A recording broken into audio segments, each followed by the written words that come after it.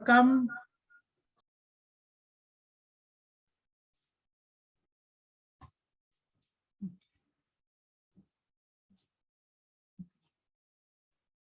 So as a reminder, please mute yourself, but always put your video on so I can see who you are, who my audience are. Okay.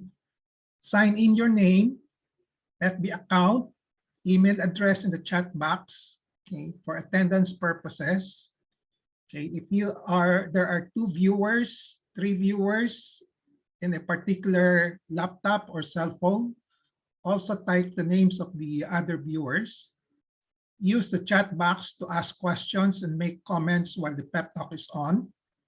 Okay. We will have group pictures now. But before the group picture, just a reminder, okay, please take the online learning evaluation test exercise or OLETTE and get the perfect score to get the certificate. I will give you the link later on. Okay. So let's now have a group picture. Can you all show your, okay.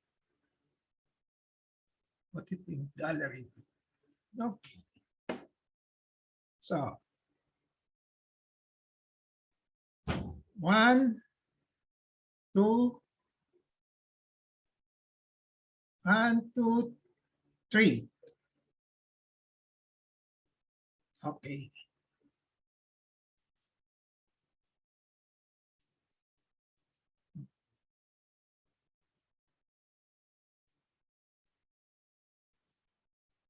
So let's start. I have a patient empowerment program, which I like to empower the lay people or patients to take control in the management of their health. I launched this pep talk last May 15, 2021, with the module on COVID-19. Okay. This is the second module, the module on patient empowerment. There are 3 parts in this particular module. First part will be today, patient empowerment. Second part will be strategies on patient empowerment. And then the last part will be, when do we say a patient is empowered? What I have in mind in my pep talks, which may run for 3 years, is to empower at least 30 persons with my family members and my patients as a priority. That is my key performance indicator. I hope you will be in my group of 30. So the title of my pep talk today is, what is patient empowerment? What is ROJoson Patient Empowerment Program? The empowerment objective for today will be for the lay people to have understanding of patient empowerment. What is it? Its benefits? Why cultivate it? And what is the ROJoson Patient Empowerment Program? I have a patient empowerment program since I started my private practice in 1982. That's a long time ago, when I would include detailed explanations of the patient's conditions and management, and also education and advice on restoration and maintenance of health. Okay? For those who have been my patients before, they can vouch for this. I reinforced it in 1989, meaning I tried to reach out to the public or lay people even more when I started my online writing under the theme of education for health development in the Philippines. I reinforced it further in 2011 when I started using the social media of Facebook to reach out to more people and patients. Last year in 2020, I reinforced it further by making the patient empowerment program more structured with measurement of learning outcomes. That's why I placed an OLETTE after a formal learning module. OLETTE stands for Online Learning Kung Evaluation Test Exercise. Basically, the OLETTE is an online test or exercise that has for its objectives the simultaneous promotion of mastery of learning and evaluation of the learners or students. Since May 15, 2021, as I said, I have added a ROJoson PEP TALK. This PEP TALK is designed to be a regular online or virtual talk by me, on health concerns and issues. It is done on a once-a-week basis using the Zoom app. The talk is limited to 1 hour with less than 20-minute talk, followed by 20-minute or more question and answers and interactions. The audience is usually limited to 15 to 20 persons for every sessions. The talk is accompanied by an online learning kung evaluation test exercise or OLETTE after the sessions. Attendees who get the perfect score will be issued a certificate of commitment and accomplishment, like this. After accumulating 50 such certificates in 50 PEP talks, an attendee is entitled to a voucher for a free ROJoson Telemedical Consultation. So this is an example of the voucher that are usually issued. Thus, the ROJoson Patient Empowerment Program is basically an education of the public or the lay people to enable them to take control in the management of their health, more specifically, to equip them with basic knowledge, skills, and attitude to make educated, rational, and cost-effective decisions on their health concerns. So what is patient empowerment as defined by WHO or World Health Organization and other organizations like the European Patient Forum? WHO define it as a process through which people gain greater control over decisions and actions affecting their health. It is a process in which patients understand the role, are given the knowledge and skills by their healthcare provider, usually the physician, the doctors, to perform a task in an environment that recognizes community and cultural differences, and it encourages patient participation. The European Patient Forum defines patient empowerment as a process that helps people gain control over their own lives and increases their capacity to act on issues that they themselves define as important. Thus, the WHO and the European Patient Forum have the same basic concept of patient empowerment. There are other concepts that are related to patient empowerment, such as patient participation and patient-centeredness. Patient participation is a strategy to achieve patient-centered care, and patient-centered approach leads to patient empowerment. Patient-centered care management can be defined as the practice of caring for patients and their relatives in ways that are meaningful and valuable to the individual patient. It includes listening to, informing, and involving patients in their care. The Institute of Medicine defines patient-centered care as providing care that is respectful of and responsive to individual patient preferences, needs, and values, and ensuring that patients' values guide all clinical decisions. In patient-centered care, an individual's specific health needs and desired health outcomes are the driving forces behind all the healthcare decisions and quality measurements.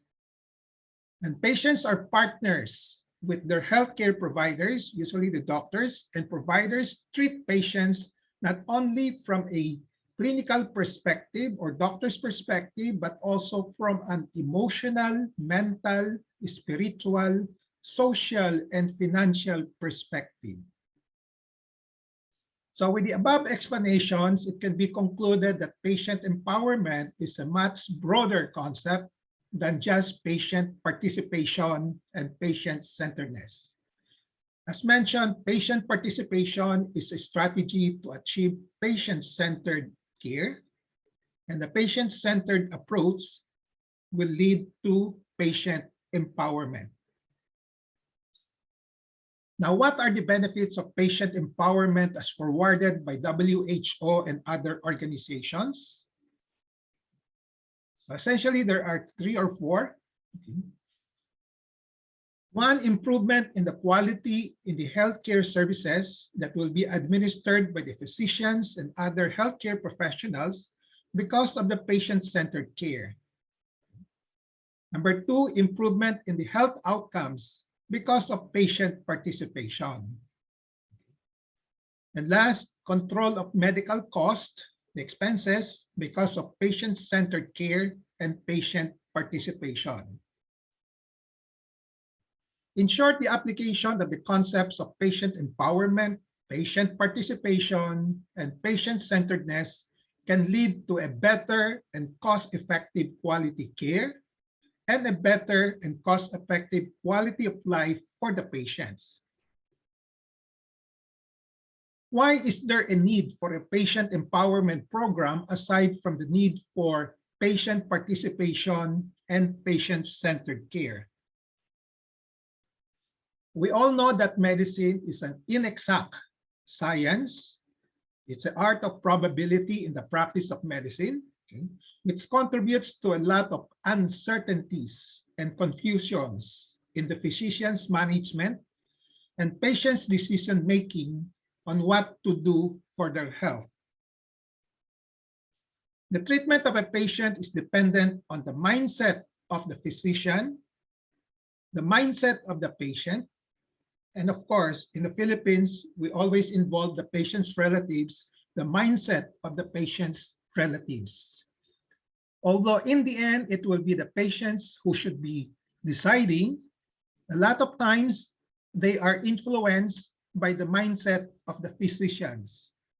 Okay? At the current time, they are usually influenced by the mindset of the physicians. And note that physicians have variable, different mindsets. It is practically impossible to have a uniformity of mindset among the physicians anywhere in the country, all over the world. It's the same because of the different medical education systems and teaching, and because of the different values and cultures of the different doctors, etc. So to be patient-centered, to save the patients from the confusing management of physicians, one has to resort to patient empowerment program, the goal of which is to develop a process through which the patients or the people are enabled to gain greater control over decisions and actions affecting their health. Furthermore, in the light of ever-confusing medical information and also confusing health professionals, okay, the doctors, the dentists, and other health professionals, a patient empowerment program is needed to equip the lay people or the patients with at least the basic knowledge, skills, and attitude to make educated, well-informed, rational, and cost-effective decisions on health concerns. Last June 5, I conducted a community of inquiry or survey among the lay people. Okay. So I entitled it as Lay People's Perception of Patients' Empowerment. Okay. I had 55 respondents as of June 15. Okay. So the first question that I asked was, there's no official Tagalog term for patient empowerment, but I asked them, what do you think, or do you know of a Tagalog term for patient empowerment? If not, what do you suggest? Okay. So these were some of the inputs which I just called and just collected it and then just show it to you in terms of relevance to the concept. Karapatan ng pasyente, pagpapalakas sa pasyente, kakayahan, kapangyarihan, kaalaman, makapagdesisyon para sa kanyang kalusugan, paglinang sa kakayahan ng pasyenteng makapagdesisyon at pagbabago ng kilos o gawi. Okay. So from the input and from my personal concept of patient empowerment, so I suggested this. The literal translation of patient empowerment in Tagalog is pagpapalakas ng pasyente. Okay?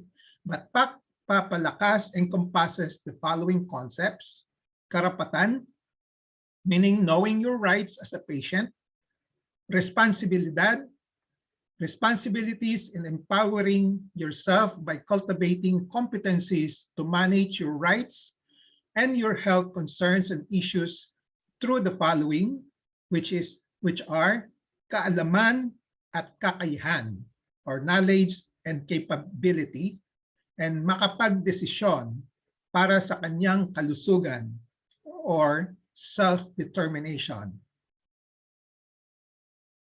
In that community of inquiry, I also asked the people, the lay people, what they think are their concepts of patient empowerment.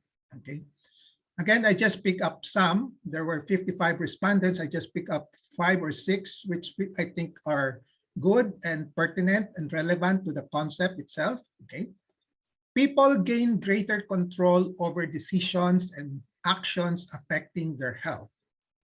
This is an input from one patient, from one lay person. Every person under medical treatment procedure must be aware of patient empowerment. They are the ones responsible for their decision-making, guided by the medical professionals and, of course, family. They have the greater right to their own body to accept or to refuse any medical management. Other inputs: informed decision-making, capacitating the patient and his family to make informed choices concerning his or her medical condition. For me, patient empowerment entails equipping the patient with the necessary know-how about their illness, how to cope with it, and acceptance of eventuality. I suppose it means death. And lastly, patient empowerment means giving the patient all the information relating to his medical concern and letting him decide or have the final say on how he wishes to proceed. Having all the information, pros and cons, would empower the individual to make informed decisions, knowing full well what the possible outcomes, good or bad, may be. Okay. So these were the inputs from the community of inquiry, Tagalog terms, and then the concept. Okay. So the takeaway in this pep talk: one, on the concept of patient empowerment. Okay, as WHO defined it, it is a process through which people gain greater control over decisions and actions affecting their health. Again, by the WHO, it is the process which patients understand the role, are given the knowledge and skills by their healthcare provider to perform a task in an environment that recognizes community and cultural differences, and it encourages patient participation. The benefits: improvement in quality and in healthcare administered by the physicians and other healthcare professionals because of patient-centered care, improvement in health outcomes because of patient participation, and control of medical costs because of patient-centered care and patient participation. The need for a patient empowerment program in the light of ever-confusing medical information in the internet and elsewhere, and also confusing health professionals. A patient empowerment program is needed to equip the lay people with at least the basic knowledge, skills, and attitude to make educated, well-informed, rational, and cost-effective decisions on the health concerns. So for my patient empowerment program, okay, it is basically an education of the public or the lay people to enable them to take control in the management of their health, specifically to equip them with the basic knowledge, skills, and attitude to make educated, well-informed, rational, and cost-effective decisions on their health concerns. So thank you to the people who answered my survey. And from their survey, I was able to call this Tagalog concept, okay, of patient empowerment, pagpapalakas ng pasyente, okay, which pagpapalakas include karapatan, knowing your rights as a patient, responsibilidad, okay, responsibilities in empowering yourself through kaalaman or kakayahan, knowledge and capability, and then makapagdesisyon para sa kanyang kalusugan or self-determination. Okay. So this ends my pep talk. What is empowerment, patient empowerment? What is ROJoson Patient Empowerment Program? I hope I have empowered you, the listeners, to have an understanding of patient empowerment. What is it? Its benefits? Why cultivate it? And what is ROJoson Patient Empowerment Program? Okay. As I said, this is the first of a series. The second part will be on the strategies on patient empowerment. And then the last one is, when do you consider a patient to be empowered? So thank you for listening. Okay. So can we now have a group picture taking before we start the QA, question and answers and interactions? Please turn on your video and show your face.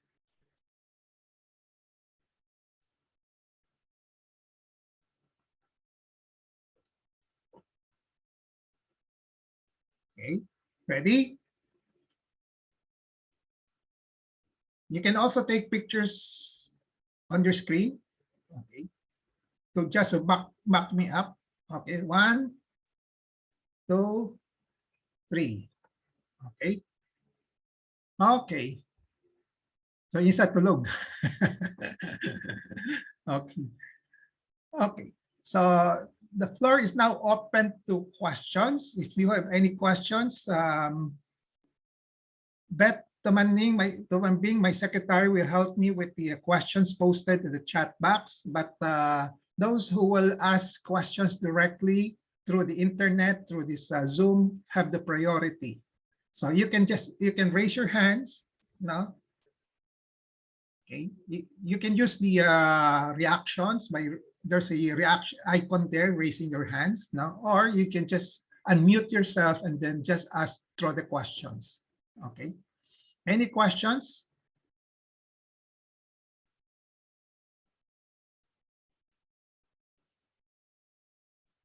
Or let me, while waiting for the questions, can I ask you, what is your current state of empowerment? Okay. Can you, without unmuting, just we will use signs now. Okay. 0. Okay. 1, 2, 3. Okay. So 0 is the least, the lowest level. Okay. then low level 1, 2 moderate level, 3 highest level. Okay, so can I have a self-assessment? Okay, 2 for Ann Rojas, 3 for Francis, okay, 2 for Ricardo Joson, okay, from the Bet Rosario, no, that's 2, okay. Anybody else? Okay, Joseph 1, okay, okay. So thank you. At least have an idea of your current state so that I can help you improve on it. Okay. So the next question is, do you want to be empowered? Do you want to be empowered after listening to my lecture? Show of hands. None? Okay. So too. Okay. Okay. So do you want to be empowered by me? Okay. I don't think there's any doctors doing an empowerment program in the Philippines right now. So you have no choice. But if you want to be empowered, I'll give you the project, the program. Okay. This will run for the next up to 3 years. That's my estimate. No? Okay. Because I will be including topics like knowing your rights as a patient. Okay. And then knowing the realities of medicine, the practice of medicine, the confusion, the limitations of medicine, and then how to diagnose yourself, how to make a diagnosis, how to understand the diagnosis being made by the doctors, okay, how treatment options are being decided on, okay, and then of course the other skills will be how to do first aid management for emergencies. No, okay. So any questions?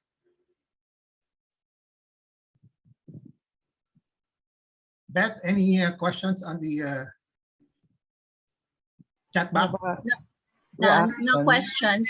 No questions written in the chat box. But if you have any question, you can just raise your hands. I think Miss Ann Rojas has something to say. Okay, Ann. Yes, hi. First of all, thank you. Thank you, Dr. Joson. I mean, I really look forward to this patient empowerment program. And during your talk, I was able to call only some ideas, no? I was just thinking, and this is just a thought, because we said, how do you try to concretize the meaning of patient empowerment through the different definitions given, plus whose World Health Organization's definition. Baka lang, I was just thinking in terms of creatively packaging it for everyone's, baka we can call it parang the K4. K4, which stands for kaalaman, kakayanan, kakayahan, karapatan, at kapangyarihan. It just gives it a very dynamic, parang K4. Di ba? In yan, mga ganyan. Yeah. Okay. That's just a thought and an insight. I just have a question, Dr. Joson. Sure. We understand that this will be a series, and I will look forward to each series. But right nowadays, kasi with the proliferation of the internet, when people can get data and go to any site just to check and find out more, no? Will you also, in your talks, will you also be covering what are the more credible sources of medical information? For example, I have this particular illness or question and I want more knowledge. Is it safe to go to this site? Will this site be able to give me or answer me or give me the knowledge that I need? What are the, ang dami kasing hindi credible sources of information now online? Will you also be able to cover that? Which are the ones which should be, in the absence of a medical practitioner, the patient, as he empowers himself, of course, he also would want to research, diba? And check online. So I hope we can also have that. What are the credible sources of information readily available for free online? Yun lang. Just a thought. I will, but I don't promise Yes. that I will do it completely. Probably do it partially in terms of prioritization of importance. No, okay. Kasi number one, I also even as a doctor, I'm also a human being. I'm limited in knowledge and skills about medicine. No, okay. So, but at least I have some, because of my 40 years of experience, I know the ins and outs of medicine. I know probably what is fake, what is to believe, to believe on. Okay, so that's why initially I was very hesitant to create a lot of mga medical articles on the Facebook, on the blog, because it might just be another additional confusion for the public, diba? Kasi parang you're adding more confusing stuff to the public, and then not all doctors will agree with me also. Okay, that's for sure, diba? So that's why I always, from the very start, you saw my Facebook heading. I always put there my thoughts, perceptions, opinions, and recommendations. Okay, because in 2010, I joined the Facebook already. I subscribed to Facebook now, but I was hesitant because I don't think everybody would believe me. So 2011, when I saw that Facebook is very, very strong in trying to promote an advocacy information, so I just joined and then put a disclosure or disclaimer that these are my thoughts, perceptions, opinions, and recommendations. That's why I call it TPOR. Okay, so case if I don't bring this out, nobody will learn from me, diba? So I just took the risk, then just put it there, but put a disclaimer. No? Okay. So if you want to disagree with me, okay lang, no, ganon. But at least I'll be helping people in needs of my experience. No, okay. Now the other thing that I would like to say is that I go for the processes, more on the process, no, rather than parang guidelines na per se, no. So example, when you say that the treatment of this one should be this one, I would like to give out the options first and then try to make a decision. Okay, to come out with a decision through a process on how to choose. No, okay. So in medicine, there are a lot of options that can be done. No, in terms of diagnosis, in terms of management. Okay, hindi lang for every disease dapat ganito, for every dapat itong diagnostic test, for every ganito, no. So you start with the options, okay? And then list down the options and then compare it in terms of benefit, risk, cost, availability, okay? Okay. So each patient will have to come out with a unique decision, okay? Number one, based on the track record of the particular procedure, whether it's really effective and safe, okay? Objective, based on evidences, based on the data in researches, no? Then we also ask the patient, okay, can you afford it? Diba? Then is it available? Okay. So sometimes the decision will change. Okay. What could be, there's no such thing as absolutely the best. Now you can have a second best, which might turn out to be the best for a particular patient. No? Okay. So that's what I can promise because I can teach you the process in deciding. Okay. Yeah. But for the exact, let's say, knowledge, information about all the diseases, hindi ko kakayanin yon, no? Okay, it's beyond me. Okay, but I can help you source out what you can ask me, which do you think is more credible or not, which to believe or not, no? But for that, I will show you the process on deciding. Okay, on deciding. Okay. Okay. Yeah, which is better because we can make an informed decision. Yeah. Pwede one last question na lang for Kahit na marami. on part of patient empowerment pa rin, this is always been asked, no? Is it always wise to seek for a patient to seek a second opinion or go to another doctor?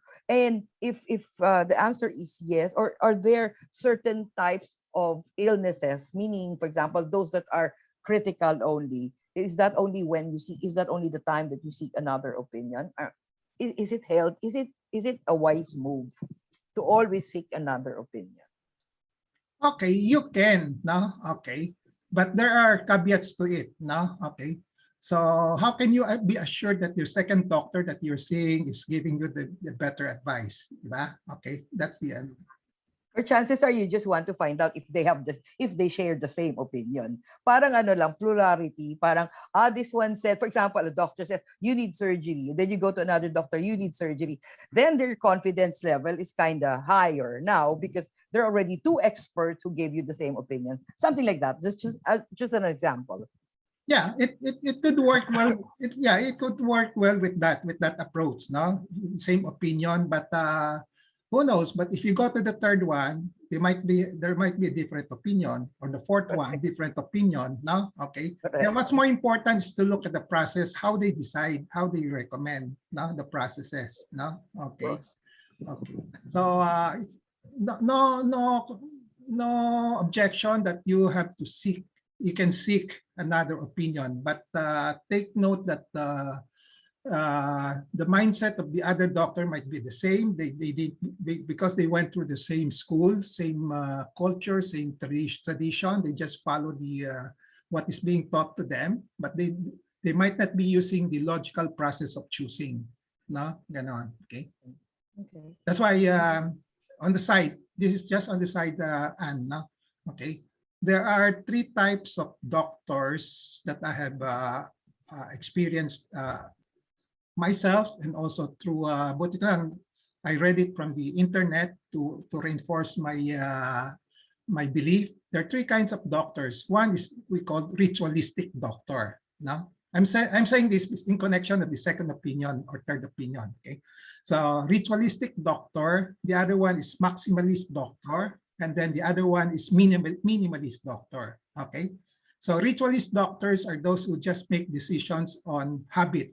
No? Okay, itong ganun diagnosis, itong dapat gawin. Okay, so without going through the process. Okay, maximalist doctors, no, usually are those who do a lot of tests, no, do a lot of things that are not really essentials. No, okay, the minimalists are those who just do yung pinaka minimum na kailangan, but with the options na kung hindi ubra, they can still go to a higher level of tests or examinations or procedure. Okay, so there are three types now. So at the moment, marami dito sa atin is both ritualistic and also maximalist. Konti lang yung minimalist. Okay, the best is still minimalist, of course. Okay. Okay, so ritualistics are usually those who are in that article. Now, para I won't be criticized for what I'm saying, I quote it. No, the ritualistic doctors are usually graduates, the recent graduates of mga program. They just follow now what they are accustomed to, what have been taught. No, okay, okay. So just take note of these three kinds of doctors existing not only in the Philippines, but all over the world. No? Okay? Okay. So that's why sabi ko, yung mindset of the doctors will be the driving force in trying to what do you call it? Driving force in managing your problems if you consult them. No? Okay. The mindset of the doctors. Okay. So what's more important is to know the process so that you can decide on your own. No? And also take probably evaluate the doctor you're consulting. Let's say if you're consulting the first doctor who's using the process, no, kung may tiwala ka na, you stick to him, no? Kasi if you go to another doctor who is not doing the process but just base it on the trends or not trends in the country, in the so you get into more confusion, no? Okay. Okay, did I answer your question? Very well, thank you. Clear. Any more questions?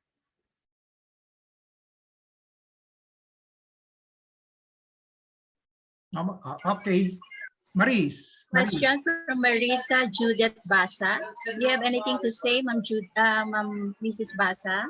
Actually, it's not really a question. No? It's just a comment, no, basing on experience, because in the past I have been a nurse. One thing also that concerns so that we can have greater patient care is the mutual trust between a doctor and a patient. once the patient has a great trust on the doctor, he puts himself, and the doctor puts himself in the place, there becomes a greater understanding, and likewise the patient will be more truthful, because there are some cases that the patient are not treated well enough because they tend to hide some things which they are afraid to tell the doctor, or which they believe is not really their illness. So maybe these are some of the factors that will affect the treatment of some patients, though. Okay, good. Now, actually, trust and confidence is also one of the factors that will make you really go for following the decision of your doctor. Okay. Okay. So trust and confidence to your doctor. If you're seeking a doctor, because you're seeking his help, no, so you have to trust him. If you don't have any trust, you cannot, you don't carry out what his recommendations will be. Yes. Also, sometimes the cure is also dependent upon. Sometimes there are a team of doctors in which this team of doctors, you have belief in one doctor, but you are not quite confident with the other doctors. But some doctors will really insist on their team of doctors, which also affects the treatment process of a patient, di ba, Doc? Yeah. Yung ganun. Yeah. Okay. As I said, even if they establish a team, no, yes, usually iba-iba rin yung mga mindsets ng mga kasama. No? okay. That's why yung mga hospitals that came out with a program of multidisciplinary approach, no? Okay. So I have some doubt on its success because they don't have the same mindset, no? Yeah. So during the discussion, no, it will turn out to be more, complicated. No? Yes. Okay. So mas maganda kung pare-parehong mindset nila, no? Okay, if they have the same mindset, example of same mindset, okay, the goal, they spell out the goal, they have the same goal. Kasi some doctors are who wants to play God, some others are more realistic, no? Iba-iba na eh, no? Okay, kaya magkagulo-gulo, no? Okay. Thank you, Doc. Marisa is from Zamboanga. I'm glad to see her. Okay. Any more? Glo from Aklan, anything?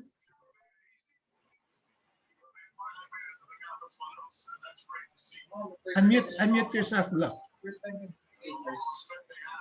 Unmute.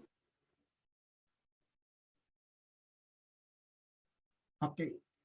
Beth de Rosario, sige. While waiting for Beth, you're raising your hand.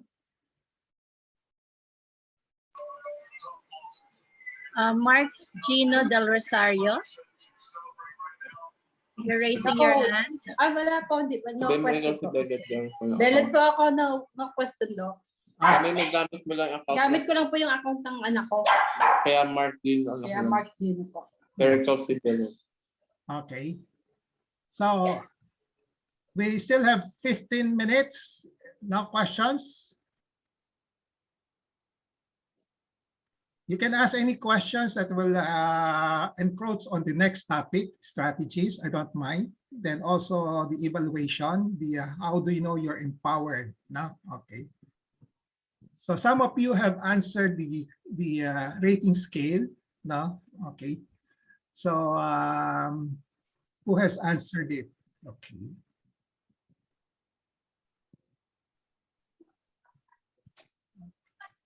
Marisa, you have another question? Please unmute. No, I answered. I just raised my hand because I answered the, I think, question sheet already. Okay. So what's your comment? What's your reaction? Yeah, there are questions there that I thought I didn't know, but basically, maybe I've just forgotten through the years that, and it's very important. We should know those certain things like the emergency methods of so that we can give the first aid to patients, which will affect the immediate cure and the saving lives. So I think it's in the future topics that you will be taking up, Doc. It's very good that we know when we are empowered and we are more knowledgeable about our illnesses, so we will be able to, we will not go under stress, and we will be able to do the treatments ourselves in a very calm manner. Yeah, okay. So just to tell you, I just did the questionnaire on my own, okay? Because I was trying to look for a reference in the internet. I couldn't find any, no? And if there are, it's too complicated, no? Okay. So I just tried, did it by myself, no? Try to make it simple, no? Okay. So I hope we can use that as a guide for the next 3 years, no? As we develop the program, no? Okay. So any more comments? I know. Aye. Okay, Glo. Yeah. Okay. I was just thinking, is it safe to consult Mr. Google in the absence of a doctor during, if you have any questions about what you're feeling physically? Is it safe? Yeah, it's safe with the with some caveats also. Okay, if you know the process, if not the process, go ahead. Okay. Example, ako, I usually search Google also for information. Okay. Yes. Okay, I don't know everything. I just have to search the Google. But whenever I decide on something, let's say, basically, if you have a patient with a problem, with the symptoms, okay, so the first thing that you're gonna do is diagnosis. Okay, you start with diagnosis. There is a process in coming out with diagnosis.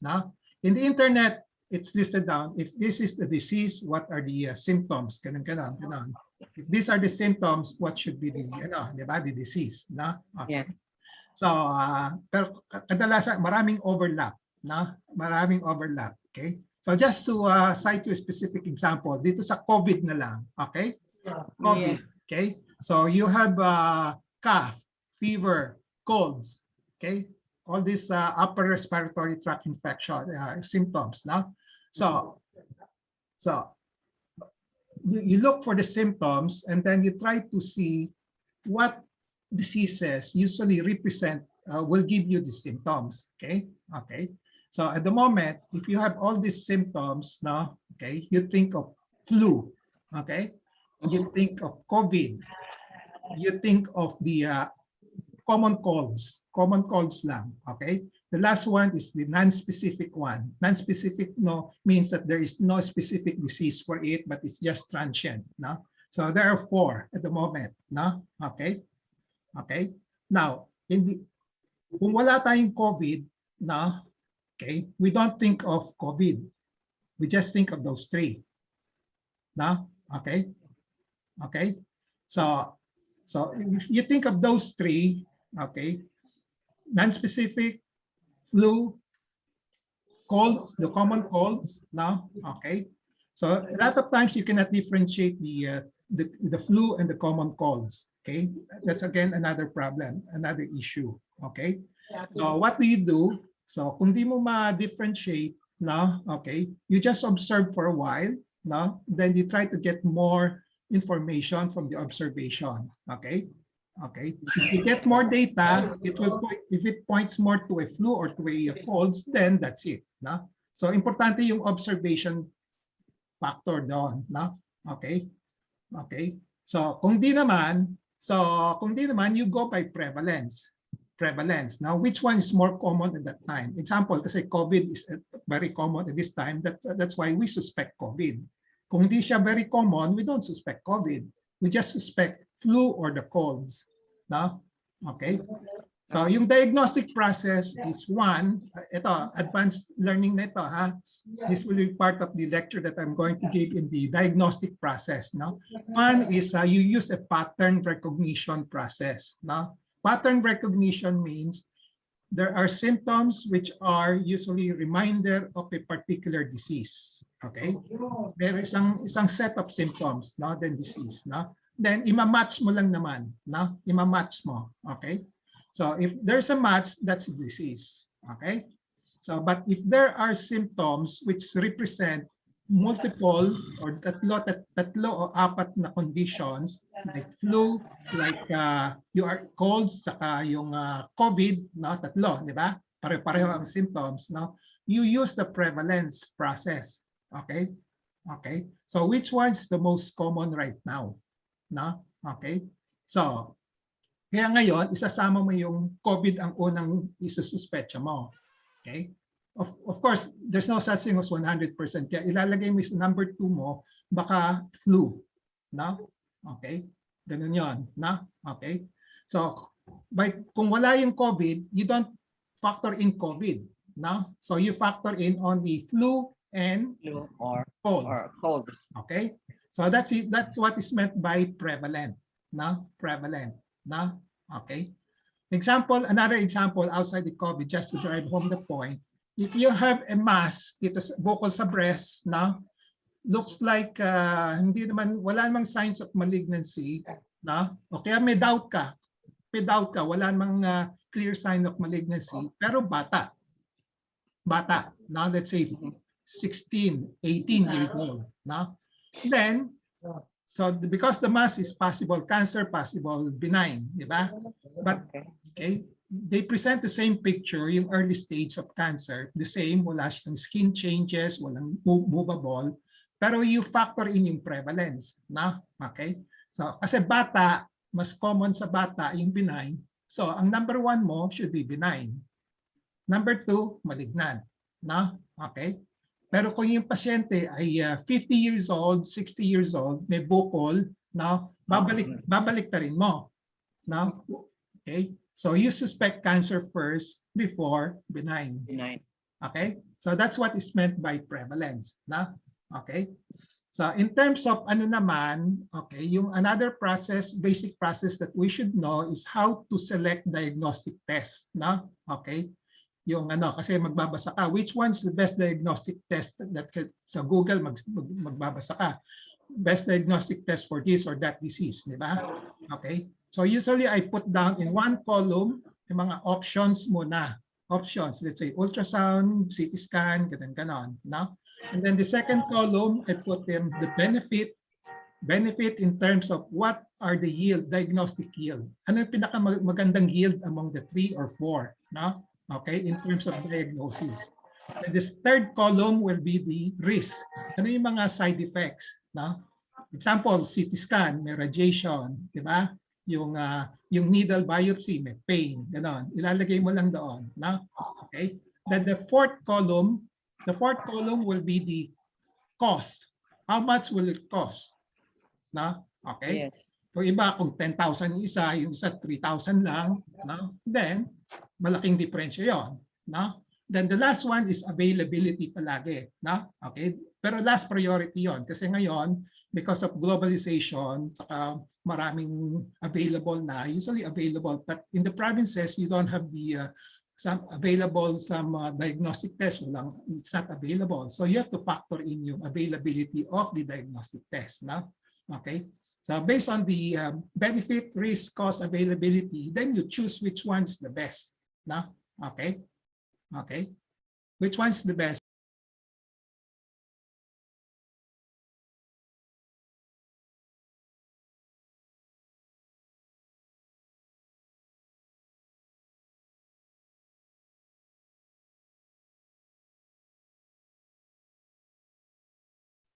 Can you hear me now? Am I back? Yeah, you're back. Okay. So, Glo, yung diagnostic test, no? Benefit, risk, cost, availability. Palaging ililista mo yung options. Hindi lang isa.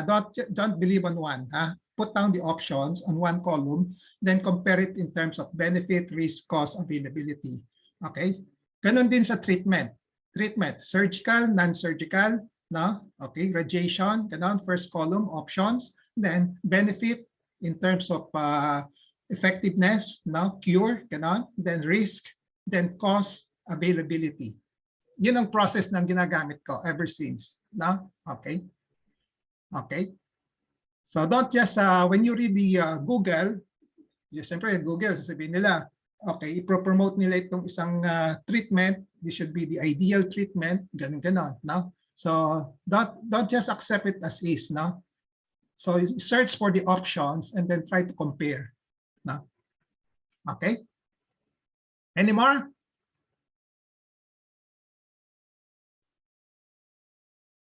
No questions on the chat box? There is none.